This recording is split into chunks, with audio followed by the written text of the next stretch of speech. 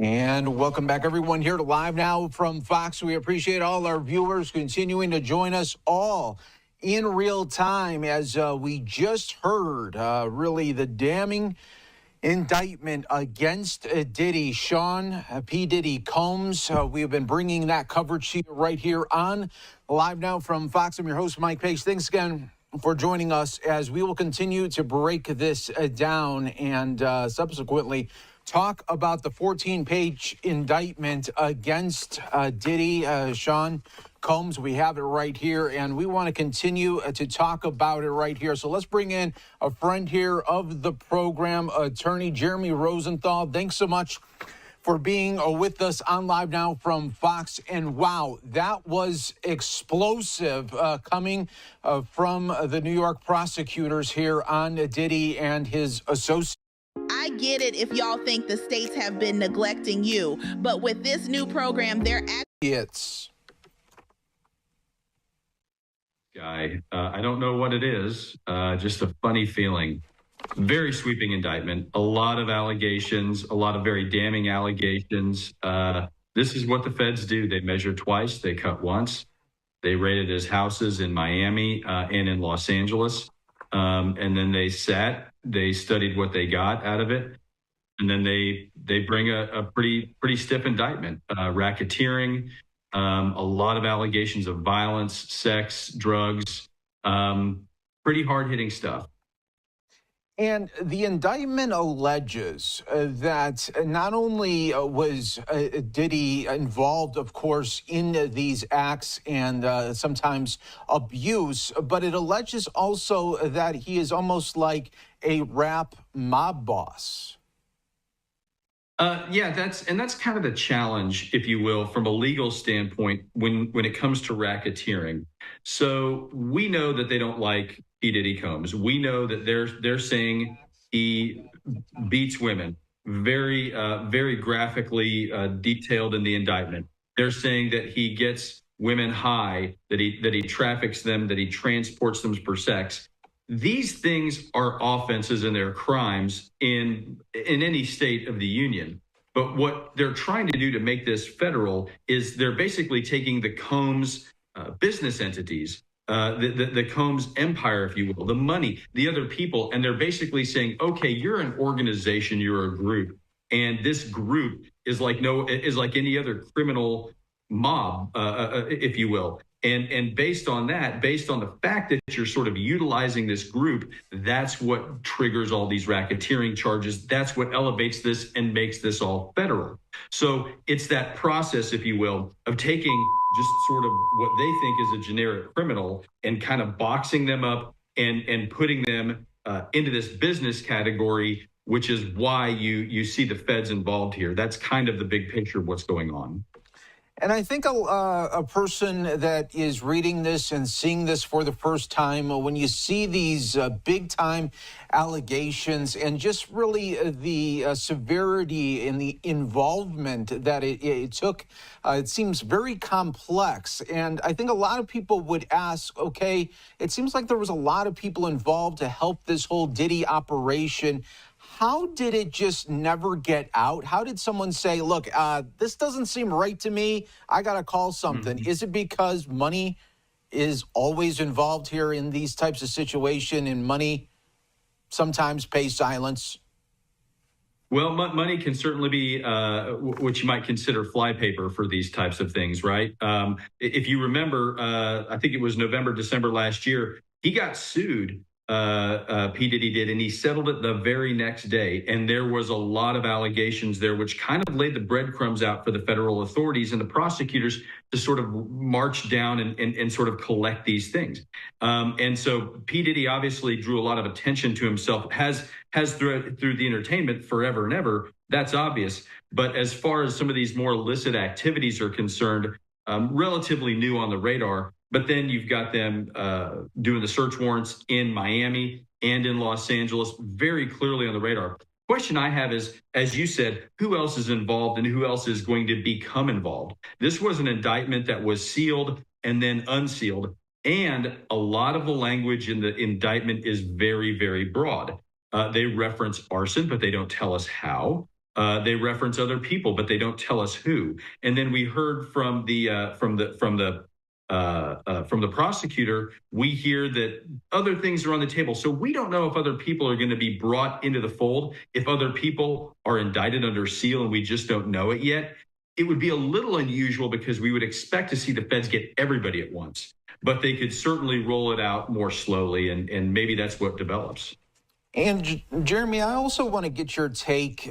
For years, Diddy in his rap songs has really egged on the feds, egged on police, almost calling him sort of the Teflon Don, if you will. Even in one of his songs, he references about New York City. He says, "Ayo, call me Diddy. I run this city. Send the cops, send the DA and feds to come get me." And appears today that's exactly what they do and did. Jeremy, my question to you is, in the songs, does it have anything to do with some built up, like, hey, if I'm a prosecutor and I'm hearing these things and this guy's been egging me on for years, I want to go find and get this guy finally?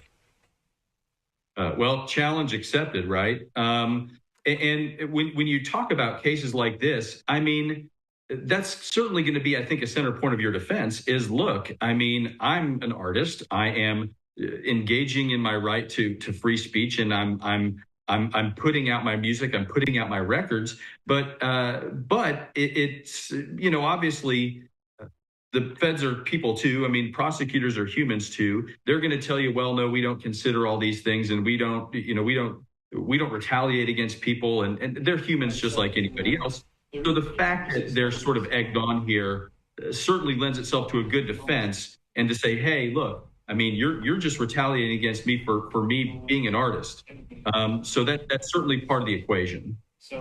And now, what are the next steps for Diddy, Sean Combs, his legal team here during this three-part indictment here? What are the next 24, 48, 72 hours look for the legal team?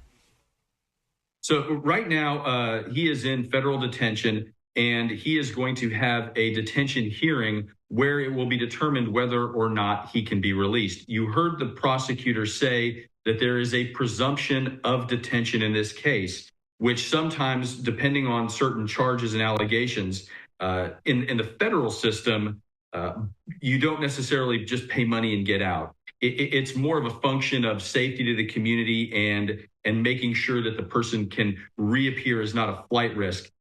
So in the federal system, not everybody gets released prior to trial, and certain statutes, certain laws carry with them that presumption, which this one will. That doesn't mean the judge can't release him with certain conditions. That doesn't mean that the judge can't allow some type of release. But that's the next thing on the block here. Is P. Diddy going to be released pending trial? Is he going to stay in federal custody? Obviously, you heard the authorities make it clear they're going to ask the judge to keep him in custody. So that is the next battle in this case before we get to really the substance or meat of any of these allegations. Next question is Diddy going to be a free man or not while this is making its way through the courts? And I just want to reset right now for our new viewers joining us in. We're just past a new hour here on Live Now from Fox. I'm Mike Page. We have attorney Jeremy Rosenthal joining us to break down the big Diddy news, arrested, and the indictment unsealed. Now, Jeremy, I want to ask you about this one. Can he at this time, along with his legal team, look and say, all right, the dominoes are going to fall. I got a lot of information on people as well. Can he use that and say, let's cut some kind of deal? I'll be a canary in there. He can try, but the problem is he's in the middle, and he's going to be the target. What the feds like to do is that their job is law enforcement globally, right? And part of doing that is sort of sending a message to the rest of the country. And you don't do that through P. Diddy's driver. You don't do that through P. Diddy's accountant. You do that through P. Diddy. That's his problem and his challenge. He can try to roll over and make this easy. And to some degree, if he doesn't fight so much, he could probably get a very easy sentence. You may remember Jared Fogle of Subway fame. He pled guilty, I want to say 2 to 3 weeks after his arrest. So sometimes people just go and roll over. And maybe that's part of his plan. And he could probably get somewhere based on that. He could probably get somewhere just by rolling over and essentially playing dead, if you will.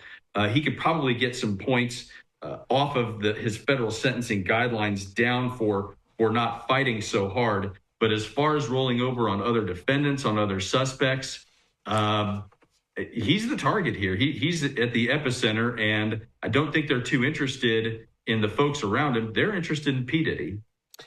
And Jeremy, we were talking about why are some parts here of this indictment very, very vague. I'm talking about the arson aspect. I mean, when you look at that, you're like, oh, okay, that's a big one too, but it doesn't really explain much. Why is that left out? It could be that we're going to see that in another indictment with another individual who may be under seal right now. So, yeah, a lot of vagary here. And the federal pleadings can be very, very specific at times, and they can be general at times. And obviously, they need to say enough to lay it out in order to put the defendant on notice. That's what the purpose of a charging document is. But at the same time, it could be that we see this more fold out through a different defendant in a different case, potentially in a different indictment. So that could possibly be it. We'll see how they get there. The prosecutor did mention that there was one incident of arson. I don't know if he meant to do that or not. He was very measured, very careful in what he said. So I don't know that he was trying to let on that there were multiple incidents of arson. He said that there was one. We'll see what that's about.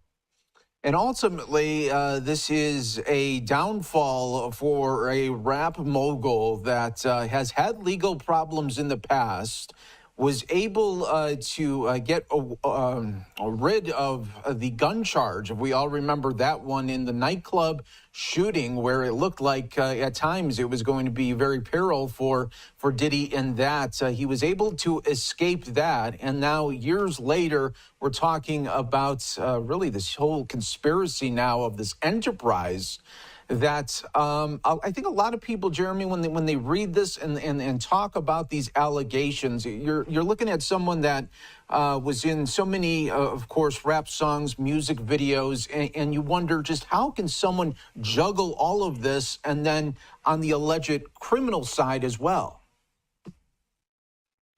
I mean, this is what sometimes in the legal profession we call throwing spaghetti on the wall. Which is just a matter of saying that you're just not going to clean it up. You're not going to get it all, and some of it's going to stick. So that's what prosecutors do. That's what creative prosecutors do. That's what aggressive prosecutors do, is they hit you with a bunch of different ways. And again, kind of going back to some of the things that we talked about a few minutes ago, when you have somebody like P. Diddy Combs, who, I mean, he's on videotape beating an ex-girlfriend. Clearly, a lot of problems there, and obviously very criminal. Any State of the Union that you go to, that's going to be a problem. And a lot of the drugs. But what they're trying to do here is they're taking a lot of his conduct and they're trying to link it to that company. That's what triggers the racketeering, and that's what makes it federal. And that's what really expands the federal government and the Fed's ability to really hit him here, hit him here, hit him here, hit him here, hit him here. And it is just so hard, if you will, to walk through that much rain and not get wet. Yeah, that's so true. And Jeremy, last question to you. The associates now of Diddy, are they being interviewed simultaneously right now? I'm just talking about even the ones that are on his payroll. Have they already been contacted, or is that something that is going to continue to happen for them? I think I'd be surprised if it hasn't already happened, and I would be surprised if it didn't continue to happen, because if you're an employee of Sean Diddy Combs and you see this come out, it's got your attention, I would think. If you may have even gotten, I don't know that they would do this because it's a sealed indictment, but sometimes the feds will issue what's called a target letter, which basically is saying, hey, you're the target of a federal investigation. They're not legally required to do that, and they don't always do that. But you would think that there's definitely some rumblings going on here. And like the prosecutor made clear, this is an ongoing investigation, an ongoing prosecution. What the feds will typically do is when they indict, they are ready to try the case. And they are fully ready to go in every way, shape, or form. So you would assume that that's kind of the case here with P. Diddy. Now, having said that, they're always still working on it. And as they're getting ready, especially if P. Diddy decides he's going to fight this case and go to trial, there's going to be new information that crops up. There's going to be other folks in his sphere that get scared, that may, when they get contacted, or they may pick up the phone and tell the feds, hey, I can help. Don't come after me. That's what happens a lot of times here. Yeah, this is really, really big news. Jeremy Rosenthal, thanks so much for joining us on this big day for Diddy as this indictment was unsealed. We always appreciate it here on Live Now from Fox. Thanks for waiting to pass that news conference when it popped up. We appreciate it. Thanks, Mike. Have a great rest of your day. You as well. All right, everyone, and we'll continue to follow this here for you. A major story for Sean Diddy Combs as well. So what we'll do is we'll take our first break of the hour. Looks like we have a lot more live content going on right now. We got a live look here in Kentucky as well about the update on the shooting on the highway there. We also have Joe Biden as well. Looks like that one is frozen, but we'll keep an eye on that for you as well. So a lot going on here on Live Now from Fox. Let's take our first 2-minute break. Stay right here with us. We're just getting warmed up for you.